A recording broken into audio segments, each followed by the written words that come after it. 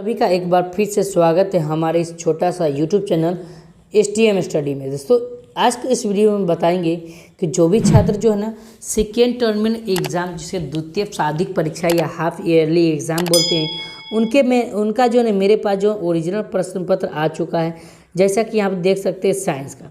अब साइंस की बात किया जाए तो साइंस के मैंने ऑब्जेक्टिव प्रश्न जिनमें से 48 में से 48 का जो ऑब्जेक्टिव प्रश्न है जिनका मैं जवाब क्रमबद्ध तरीके से मैं दे दिया हूँ। यदि आप वो वीडियो नहीं देखें तो डिस्क्रिप्शन बॉक्स में लिंक दिया है, वहाँ से आप देख सकते हैं। चलिए आगे बढ़ते हैं। तो इसमें हम सब्जेक्टिव प्रश्न की बात करेंगे कक्षा 9 के छात्र छात्राओं के लिए जो द्वितीय सार्वधिक परीक्षा दे रहे हैं, समझिए। चलिए यहाँ पर 1 से लेकर 8 तक जिनमें प्रश्न दिए जिनमें से 4 प्रश्न का जवाब देना अनिवार्य है। इस तरह से आप प्रश्न पत्र दिया एक एक करके नोट करते चलिएगा। चलिए आगे बढ़ते हैं। स्क्रीनशॉट लेना चाहते हैं तो ले लीजिए, कोई दिक्कत वाली बात नहीं है। चलिए आगे बढ़ते हैं। तो यहाँ पर दिया आकर्मिज, समझिए इसमें से 9 और 10 जो है ना क्वेश्चन दिया हुआ जिनमें से 1 का जवाब देना आपके अनिवार्य होगा।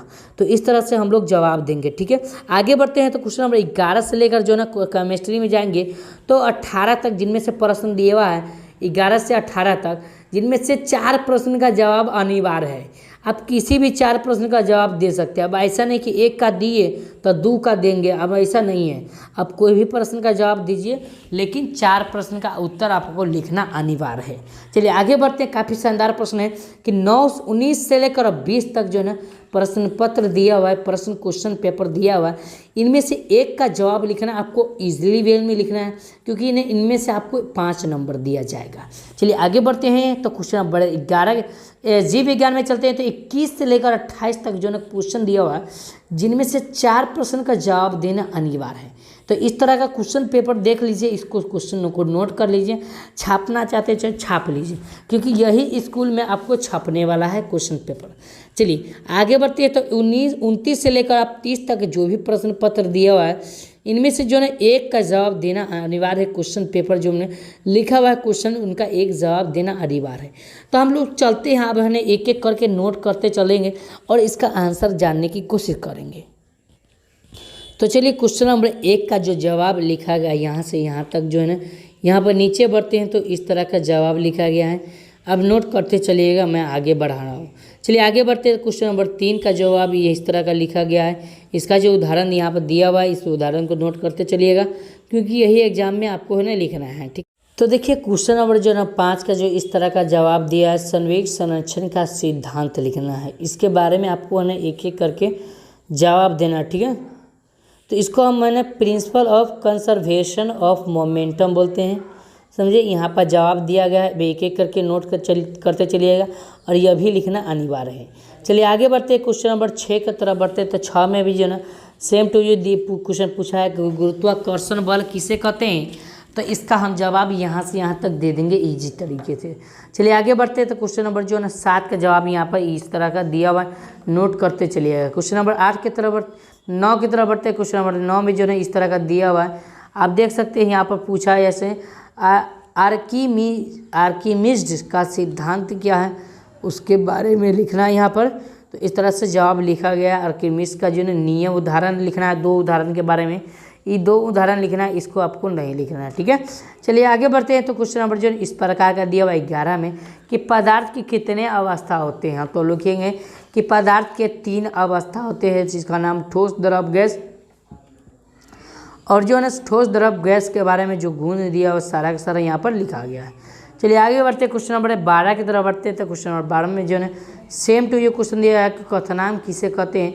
तो क्वथनांक के बारे में हम लोग लिख के जवाब लिखेंगे। अब आगे बढ़ते हैं। तो क्वेश्चन नंबर 14 की तरफ बढ़ते हैं। तो ब्राउनिंग के जो है ब्राउनी के गति के नियम जो है लिखना है। तो इस तरह से हम लोग लिखे हैं, इसका जवाब आप नोट करते चलिएगा, ठीक है। आगे बढ़ते हैं। क्वेश्चन नंबर 16 की तरफ बढ़ते हैं। तो क्वेश्चन नंबर 16 में जो है काफ़ी ईजी प्रश्न दिया हुआ है। 16 में जो है मिश्र धातु और जो है यौगिक के बारे में ये अंतर स्पष्ट करना है। तो इस तरह से अंतर स्पष्ट कर लीजिएगा, देख लीजिए, नोट करते चलिए। क्वेश्चन नंबर 19 में दिया हुआ कोलाइडी विलयन किसे कहते हैं। तो कोलाइडी विलयन का जवाब यहाँ से यहाँ तक है। उसके बाद जो है ना इसके नियम जो है ना कोई अंतर जो है ना लिखना है, तो अंतर यहाँ पर लिखा हुआ है। सेम वास्तविक विलयन, जिसको हम कोलाइडी विलयन, दूसरा है ना सेम टू ही यहाँ पर लिखा गया है। आगे बढ़ते हैं क्वेश्चन नंबर 21 की तरफ बढ़ते हैं। तो 21 में भी सेम टू ही दिया हुआ है कि पादप कोशिका और जंतु कोशिका में अंतर स्पष्ट करना है। तो हम लोग जवाब यहाँ से यहाँ तक देख सकते हैं, इस तरह से जवाब यहाँ से देख सकते हैं। आगे बढ़ते हैं तो इस तरह का क्वेश्चन दिया हुआ है। क्वेश्चन नंबर जो है ना आगे बढ़ते हैं तो क्वेश्चन नंबर 22 में दिया हुआ है कि लाइसोसोम को आत्महत्या की थैली क्यों कहा जाता है। ठीक है, तो यहाँ पर जीव विज्ञान का क्वेश्चन पेपर है। क्वेश्चन नंबर 22 का जवाब लिखा है, एक एक करके नोट करते चलिएगा। चलिए आगे बढ़ते हैं, क्वेश्चन नंबर 23 के बढ़ते हैं। तो 23 में भी दिया है कोशिका सिद्धांत का प्रतिपादन किसने और कब किया था। इसके बारे में यहाँ पर संपूर्ण जानकारी लिखा हुआ, एक एक करके नोट करते चलिए। ठीक है, आगे बढ़ते हैं तो इस तरह का क्वेश्चन दिया हुआ है, यहाँ देख सकते हैं। क्वेश्चन नंबर 26 में जैव विकास क्या है, इसके बारे में बताना, यहाँ पे एक एक करके नोट करते चलिएगा। काफ़ी शानदार है। क्वेश्चन नंबर 30 में जो ना यहाँ पर दिया हुआ क्वेश्चन नंबर 30 लास्ट प्रश्न है, जिनमें से कहा जाता है कि कोशिका तंत्र या न्यूरॉन का, जिनमें से दोनों में से एक का ही चित्र बनाना है। कोशिका तंत्र और न्यूरॉन दोनों एक ही होता है। तो इस तरह से चित्र बना सकते हैं या इस तरह से चित्र बनाना चाहते हैं तो बना सकते हैं। ठीक है, तो दोस्तों यदि आप वीडियो पसंद आए तो प्लीज़ लाइक कीजिएगा। इसी तरह का वीडियो पाने के लिए, अच्छा नॉलेज लेने के लिए और अच्छे से तैयारी करने के लिए हमारे इस YouTube चैनल को अवश्य सब्सक्राइब करके ज़रूर रखें, ताकि मैं छोटा बड़ा नोटिफिकेशन आपके पास पहुंचाते रहें।